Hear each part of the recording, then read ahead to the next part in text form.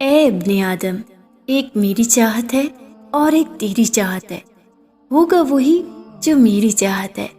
بس اگر تو نے سپرد کر دیا اپنے کو اس کے جو میری چاہت ہے تو وہ بھی ملے گا جو تیری چاہت ہے۔ اگر تو نے مخالفت کی اس کی جو میری چاہت ہے تو میں تھکا دوں گا اس میں جو تیری چاہت ہے، اور پھر وہی ہوگا جو میری چاہت ہے۔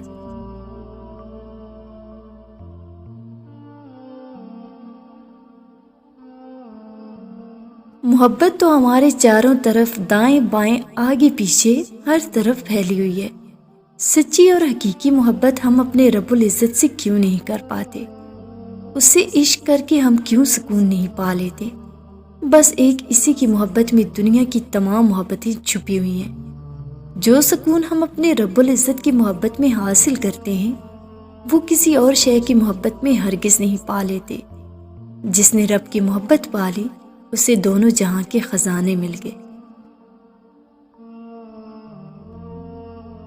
جسے اللہ تعالیٰ اپنی محبت دیتا ہے اسے پھر کسی اور چیز کی خواہش نہیں ہوتی، اور جسے وہ دنیا دیتا ہے اس کی خواہش بھوک بن جاتی ہے جو کبھی ختم نہیں ہوتی۔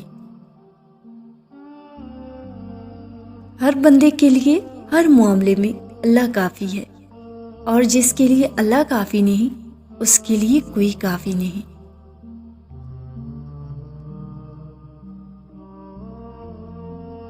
بہت نادانی ہے کہ بندہ اپنی تقدیر سے راضی نہ ہو اور اس کے بدلے جانے کا خواہش مند ہو۔ مزید بدقسمت یہ ہے کہ وہ اللہ سے زیادہ خود کو اپنا خیر خواہ سمجھے۔ انسان کی خواہشات سے اللہ کو دلچسپی نہیں ہے۔ وہ انسان کی تقدیر اپنی مرضی سے بناتا ہے۔